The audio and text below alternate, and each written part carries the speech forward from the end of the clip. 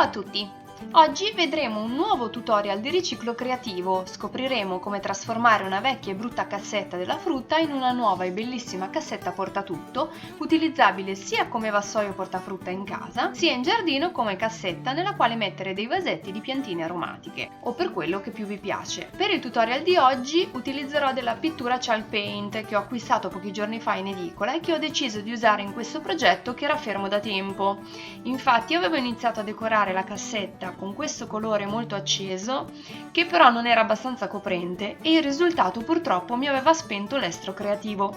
Con i colori chalk paint si è riaccesa la fiammella e in poco tempo ho finito il progetto. I vantaggi di usare questi colori sono molteplici, sono molto coprenti, sono opachi, sono utilizzabili e sono adatti sia per interni che per esterni e ci permettono di sbizzarrirci in tantissimi progetti creativi. Ora passiamo a vedere il procedimento step by step, ma prima mi raccomando, ricordatevi di iscrivervi al canale. Con il colore chalk paint grigio chiaro sale Ibiza inizio a ricoprire completamente la cassetta iniziando dalle assi esterne.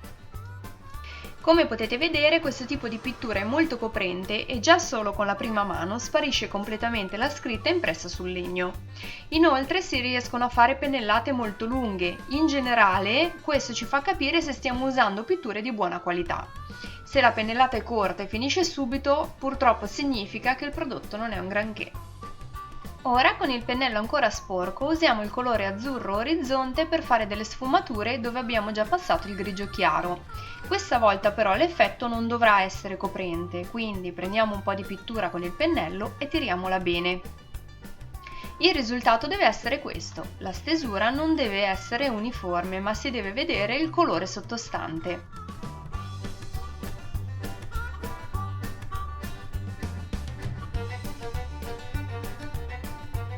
Passiamo a dipingere l'interno della cassetta con il grigio chiaro. Questa volta non dovremo coprire interamente il colore fucsia come abbiamo fatto prima, ma dobbiamo tirare bene il colore senza stenderlo in modo uniforme.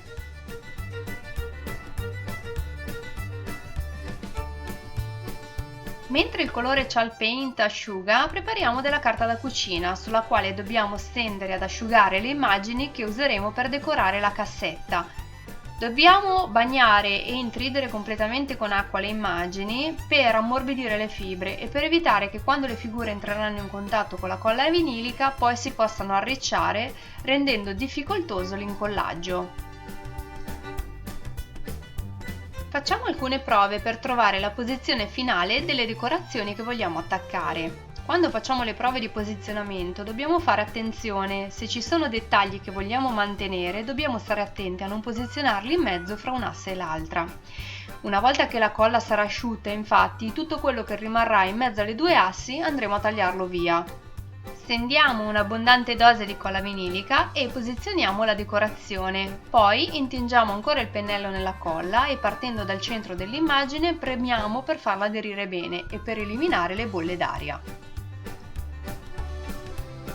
Infine, per avere un effetto finale più uniforme e per isolare meglio il colore, passiamo una mano di colla su tutta la superficie della cassetta. Mentre l'interno asciuga, vado a posizionare anche le immagini sui lati esterni più lunghi della cassetta. Per incollarle uso gli stessi passaggi appena visti, prima stendo un po' di colla, poi attacco l'immagine e la faccio aderire bene con colla e pennello. Quando la colla sarà quasi asciutta ma ancora un po' appiccicosa, decoro la cassetta con dei washi tape.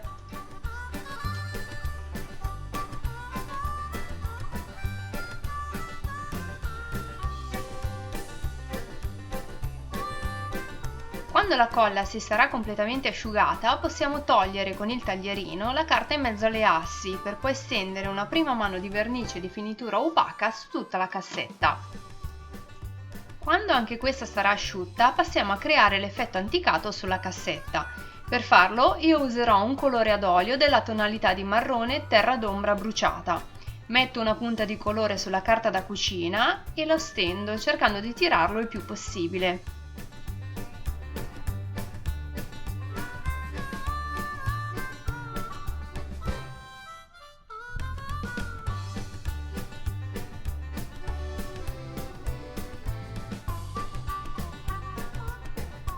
Per rendere l'effetto più realistico dobbiamo cercare di lasciare delle zone più scure proprio nei punti dove, se un oggetto fosse vecchio, si sarebbe accumulata più polvere, quindi in particolar modo negli angoli.